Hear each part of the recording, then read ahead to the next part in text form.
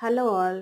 ఇక్కడ నేను మునగాకు పౌడర్ చేస్తున్నాను. మునగాకుని నీట్‌గా వాష్ చేసుకొని, ఫ్యాన్ కింద కానీ, ఎండలో కానీ ఎండబెట్టుకున్న తర్వాత ఇలా పాన్‌లో డ్రై రోస్ట్ చేసుకోవాలి. ఆయిల్ ఏం వేసుకోకుండానే ఇలా పచ్చి వాసన కొంచెం పోయేలాగా డ్రై రోస్ట్ చేసుకోవాలి. ఆల్మోస్ట్ అది డ్రై అయిపోయింది కాబట్టి అంత ఎక్కువ అవసరం లేదు. జస్ట్ 4-5 మినిట్స్ అలా డ్రై రోస్ట్ చేసుకున్నాక కొంచెం ఆయిల్ వేసుకొని ఇంకా దాంట్లో పప్పులు మీకిష్టమైన పప్పులు వేసుకోవచ్చు. నేను శనగపప్పు అండ్ మినపప్పు అండ్ జీలకర్ర వేసుకొని ఇలా రోస్ట్ చేసుకుంటున్నాను. తర్వాత ఎండుమిర్చి యాడ్ చేశాను. ఫస్ట్ ఎండుమిర్చి యాడ్ చేస్తే మాడిపోతుందని చెప్పి, ఇంకా కొద్దిసేపు అయిన తర్వాత ఎండుమిర్చి కూడా యాడ్ చేసి, మీ కారానికి తగినట్టుగా వేసుకోండి. అవి చాలా కారంగా ఉన్నాయి. అందుకని నేను 3 వేశాను.